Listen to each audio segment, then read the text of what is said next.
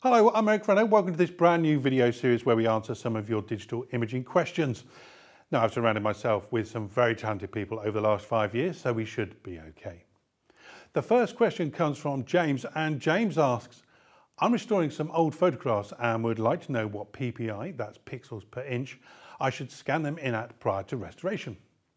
I contacted Janine Smith, and Janine is the restorationist, and I asked her for her definitive answer. Janine was kind enough to email me back and she said, I'd recommend the higher the better, but that's easy to say and not always easy to do.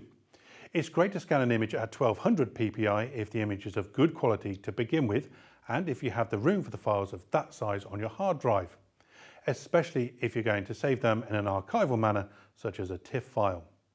All that being said, 300 to 600 ppi is probably going to be just fine if you have some space on your hard drive and a kick-ass graphics card. If you have, then go with 600. If not, 300 ppi will work just fine. I'd turn off the restoration features of the scanner, such as color correction and scratch removal. Photoshop's a much better choice to do those tasks, and always scan the image in color, even if it's a black and white image to begin with. Scanning in grayscale lessens your power in Photoshop. You can't take advantage of wonderful features like channels and curves, among others. I'd scan the image as a TIFF, just so you have a lossless archival copy of your old image in the shape they are right now. They're not going to get any better, so you'll be preserving them just in time. I hope that answers your question, James. You can find more from Janine at tipsquirrel.com and at her website Landisland, and a series of restoration tutorials at lynda.com. Next up is a question from Adam, and Adam asks, I'd like to make a black and white image, but I've been told that desaturating an image is the worst way to go. What are my other choices? Well, you have a few, Adam, and for this I'll hand over to Gavin Hoey, who recorded this definitive guide for tipsquirrel.com a little while ago. Hello, I'm Gavin Hoey and you're watching another exclusive video for tipsquirrel.com. Now in this video I'm going to have a look at black and white images and how to create them inside of Adobe Camera Raw. In fact, I'm going to show you 3 different ways to create great black and white pictures. Okay, so let's start off with this raw file here, and we'll just open this up into Adobe Camera Raw. Now I'm using Photoshop CS6 or Camera Raw 7.2. Now this will apply not only for Photoshop CS6 but also for Photoshop CS5 and CS4 and even CS3 if you've updated it. Okay, so we've got a picture here, and this is going to make a great black and white picture. It was taken at the Didcot Railway Centre, and we've got these wonderful railway tracks, and we've got little green bits here and there, and blue sky and red tracks. So there's lots of different colour tones in this picture. Now, the first thing I'm going to do is show you the quick and dirty way of making a picture black and white. And that really is just a matter of coming down to the saturation slider here on the basic panel, and I'm just going to take the saturation slider all the way down to -100. Now when I do that, I take away all of the colour and I get a black and white photo. Now having done that, I'll come up to the contrast slider and I'll really kick in a bunch of contrast as well, because a black and white image can take much more contrast than a colour image. Of course, I can do my usual adjustments here as well, so I can take the shadows, or that would be fill light if you're in an older version of Photoshop, and I can take my highlights and bring those down, or recovery, again if you're in an older version of Photoshop, and even tweak the exposure. So I can tweak a few things just to get it right and have a pretty good black and white. And as black and whites go, that was quick, it was easy, and it isn't bad. However, we can do much better than this simply by, well, let's reset first of all, simply by changing the panel. So at the moment we're on the basic panel. I'm going to come across to the HSL stroke grayscale panel.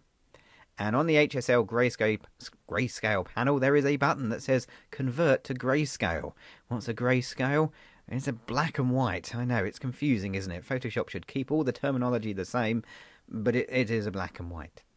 And all I'm going to do here is just click on the convert to grayscale. You'll notice we have hue, saturation and luminance, but when I click that, there you go, and I'm just left with one tab called Grayscale Mix. Now Grayscale Mix is a black and white effect, but with lots of power and control. So let's take, for example, let's go for the reddish tracks. I mean, they were sort of an orangey red, the tracks. So I can take my oranges here, and you can see as I move my orange slider, you can see the tracks are changing colour. And it's only the orange pixels in the picture that are being affected. Okay, so that works pretty well. The sky was a sort of blue colour, so let's take the blues and we'll bring that down like that. And of course the grass is green. We all know grass is green, so let's see if we can just change the grass colour. You see, I'm just affecting the greens as I move this around, and we'll make them nice and bright. So that gives me a much more controlled version of the picture. I can really target in on the colours and fine-tune the brightness of those colours in my black and white image. Now that's a great way to work, but there's one more way of doing this that is very, very similar, but even more powerful.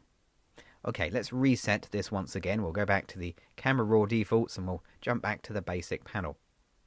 So my third way, and if I'm honest, my preferred way of doing black and white images, is to come up to the toolbar at the top and select this little one here. It's called the Targeted Adjustment tool. Now, it's been around since Photoshop CS3, or at least it was released in an update in CS3. And I'm going to come and click on it and hold it down. Now, when I hold it down, I'm going to find Hue, Saturation, Luminance, and Grayscale Mix. Now, those words should sound very familiar because they were the same ones as on the HSL/Grayscale tab. In fact, if I just click on the Grayscale Mix, you'll notice on the right-hand side, I'm not in the Basic tab anymore. I've been jumped to the HSL/Grayscale, and it did it automatically. I didn't have to click anything. I just landed there. So you're probably thinking, well, hang on a minute. I'm right back where I started. How is that any better? Well, it's better because if I bring my cursor onto the screen, I have this weird-looking thing, a little plus with a sort of circle next to it. This is the Targeted Adjustment tool. So now, if I go find, let's say, the green grass, there was a bit of green over here as I remember. If I click on that and I move my mouse left and right or up and down, it doesn't matter which way you want to go, notice how both the yellows and the greens are moving. So what it's done is it's analysed what I clicked on as far as colours go, and it's moving the appropriate sliders to affect those colours only. So the grass wasn't green, it was actually pretty yellow as well as green. Okay, and I can do the same thing with this sort of red railway track. I can click on that and find that actually, yes, it really was just pure orange. And then the sky, I can click on the sky and move that down, and I'll find it's blues, actually with a bit of purple in it as well. So I can click on various parts of my picture and just affect the tones of where I click. This is a much more powerful way of working and is a much more fluid way of working. It saves you trying to guess what colour was the sky. Is it blue, or is it actually a bit of aquas in there too? What colour was the track? Was it just orange? Or was it orange with a bit of red in there? Or what was going on? So this is a much better way of working.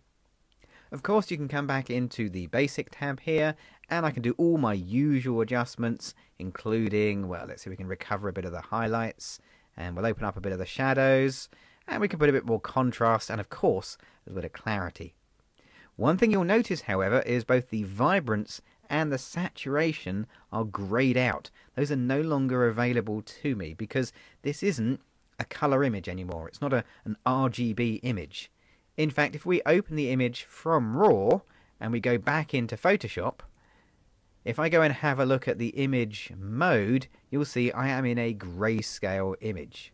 Now that's fine, but it does mean a few things aren't available to you, such as image adjustments, well, vibrance, saturation, all of the kind of the colour stuff. So if you do find that you want to do something like hue saturation, all you need to do is to go into image, mode, and change it from a grayscale to an RGB. Nothing changes on the picture, it's still absolutely identical, but now I can come in and choose image, adjustments, and everything's available again. Hue saturation, for example, and maybe we want to put a little bit of a sort of sepia-esque tone in there like so. So there you go. There's 3 ways that you can use Adobe Camera Raw to create amazing black and white photos. Thank you, Gavin, and thank you, Adam, for the question. You can, of course, see more from Gavin at tipsquirrel.com, Adorama TV, gavtrain.com, and, well, just about everywhere. Next, Rachel asks, what are the benefits of using Lightroom Mobile? Simply put, Rachel, you can work on the go.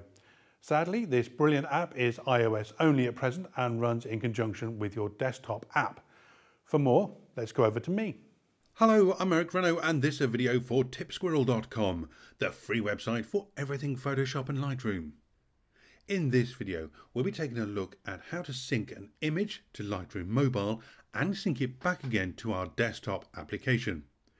Whilst we do that, we'll make a nice black and white image. So let's jump in and see how it's done. So here I am in Lightroom, and I've got a collection called Mobile Editing, and it's got 4 images in it. Now the one I'm going to work on my iPad is this one of the train, and I'll keep it up on screen in the background so we can see what's going on. Now this collection has this double-ended arrow next to it, and this means that it's being synced via the Creative Cloud, and I can pick that up on Lightroom Mobile. Talking of Lightroom Mobile, let's go across and have a look at what's going on. So I've got my 4 images here, and you can see they're exactly the same as we had in Lightroom. And I'm going to tap on the one of the train.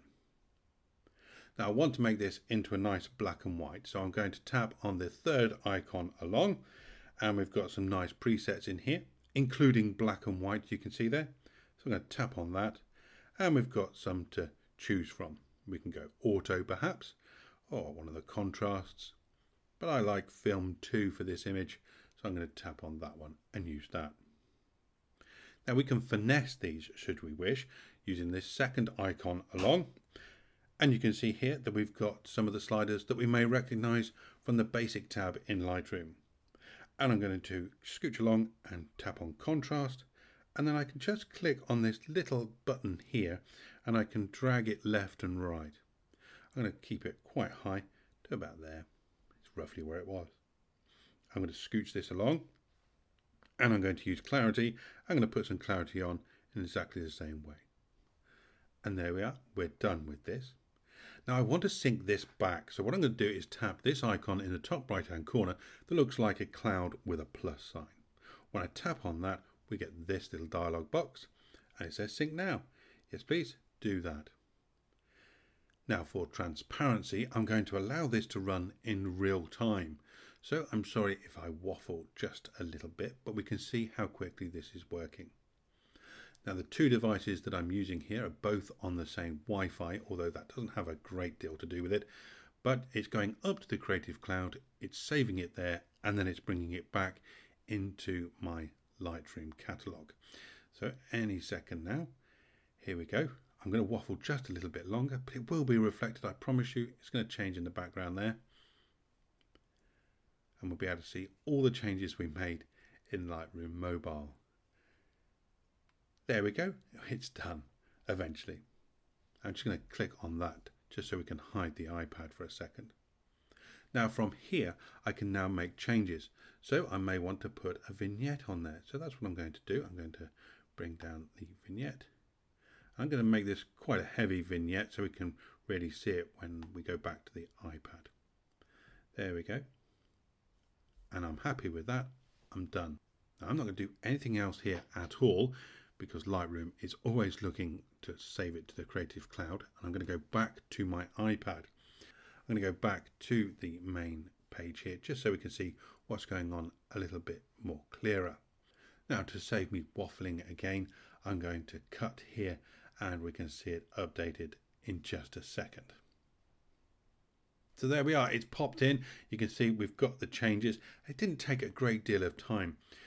But what we can imagine here is we can do a whole series of images on Lightroom Mobile, and then when we get back to the office or to our desk, we can then finesse this in Lightroom proper. Now we can also use this in a studio, and we'll do that in a later date. So there we go, working with Lightroom and Lightroom Mobile really is a breeze to go backwards and forwards to. I'm Renno, thank you very much for joining me here. I'll see you again soon. Bye bye for now. So there we are, a lovely app with huge potential. Thomas left a comment on a recent post asking, Is it possible to take a selection of images in Lightroom and open them as layers in Photoshop? It is Thomas and his long-standing Photoshop nut Mike Hoffman to tell us more. Hi everybody, Mike Hoffman here, and I've been talking to a lot of people lately who are new to the Adobe Photoshop and Lightroom for Photographers program. And if you haven't already checked that out, head over to adobe.com and look under the Photoshop product and find this plan here, $9.99 a month for Photoshop and Lightroom together. It's a great deal. And for those people who are new to this program, they're asking me, how can I use Photoshop and Lightroom more effectively together? So I'm going to cover that in a series of videos. We're going to start today by looking at editing multiple images from Lightroom in Photoshop. So I've got 3 images here that I took at the Florida Railroad Museum recently. And if we look a little more closely, we can see that I've got a regular exposed image, an underexposed, and an overexposed image. So a typical 3 bracket set taken with my Canon camera. Now I could combine these together using HDR software, but I want to go for a more naturally dramatic look. So I'm simply going to bring 2 of the images together and blend them in Photoshop, and I can do that right here from Lightroom. But before I head over to Photoshop, I'm going to make some adjustments to these images. So I'll select the first image and go into the Develop module, and here I want to accentuate the railroad cars and the trees. I'm going to disregard the sky, and I'm going to disregard the foreground. I want to focus on just getting as much detail in this area. So I'm going to bump up the exposure just a little bit on this one, maybe about right there, maybe 0.4.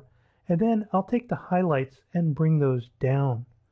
I'll bump up the shadows a little bit, just to open up some of the detail area in here under the railroad cars. And I think that's enough. I don't want to go any further. I've got the detail that I need here. So I'm going to switch over to my underexposed image. And here I want to make the sky look really good, and I want to make the foreground look really good. So I'm going to once again bump up the exposure just a little bit, maybe about right there. But I'll take the highlights back down because I want to preserve the sky and the clouds. And notice what happens when I adjust those highlights. Watch the sky. I'll drag the highlight slider down to -100, and we've got some great details in the clouds now. I've managed to darken this down quite a bit, so I'm actually going to take the white values and bring them back up a bit just to counteract what I've done and make sure I've got some good white highlights here in the clouds. That's pretty good. The clouds are looking good. The foreground is nicely exposed with detail, and I'm ready to combine the 2 images in Photoshop. So I'll go back to the grid view, and I'm going to highlight my 2 images. Once again, the normally exposed image and the underexposed image that we've just adjusted. And instead of editing them directly in Photoshop, I'm going to right-click on these images and choose Edit In, but rather than Edit in Photoshop, I'm going to go all the way to the bottom and Open as Layers in Photoshop. This is key, and it will bring both of these images into Photoshop and load them one on top of the other in the Layers panel. So it takes a moment, and here we have it. We have the regularly exposed layer here on the top, and if I hide this, we can see the underexposed layer below. So what I'm going to do is I'm going to add a layer mask to completely hide this regularly exposed layer and reveal just the underexposed layer beneath. And the way I'm going to do that is by clicking here on the Add Layer Mask icon, but I'm going to hold the Alt or Option key down as I click, and that creates a black layer mask. Now with this layer mask selected, I'm going to choose the brush tool. I'm going to set my foreground color to white, and I'm going to set my opacity here to about 30%. And now I'm going to draw in white on the layer mask, and this will reveal the brighter layer. So here I'll just paint in some area here, maybe some over here, and I'm painting with a low opacity so I can repeat the brush strokes several times to build up density. So that's looking pretty dramatic right there. I can come up here in the trees as well and add some detail to the trees if I want it. Now if I don't like the way that looks, I can simply toggle my colors by clicking here or by pressing the X key. And now I've got black as the foreground color, and I can paint to remove some of what I've added here. I'm working strictly on the layer mask. Now if I hold the Alt key or the Option key on a Mac and click, we can see the layer mask. And this represents the areas where my layer is visible. I'll click on the regular layer, and here we have our finished image. Now if we want to bring this back into Lightroom, we can simply save and close the image. So I'm going to press Control S or Command S on a Mac, and then I'll just close this image. And if we go back to Lightroom, here is my edited image now back in Lightroom. And in fact, we can even take this back into the Develop module and work on it a little bit more. Maybe I might want to add some clarity, a little bit of vibrance to it. And there's my finished image. I've taken the regular exposure and the underexposure. I brought them into Photoshop, combined them together using Lightroom's Edit as Layers in Photoshop, and then re-imported the result back into Lightroom. So there you have it, working with Photoshop and Lightroom together. Find more from Mike at Tipsquirrel, of course, and HoffmanArtDesign.com. That's it for this edition. If you have any questions for the next episode, drop me an email or come and bother me at any of the social media sites I frequent. More details at the end of the video. For now though, bye bye.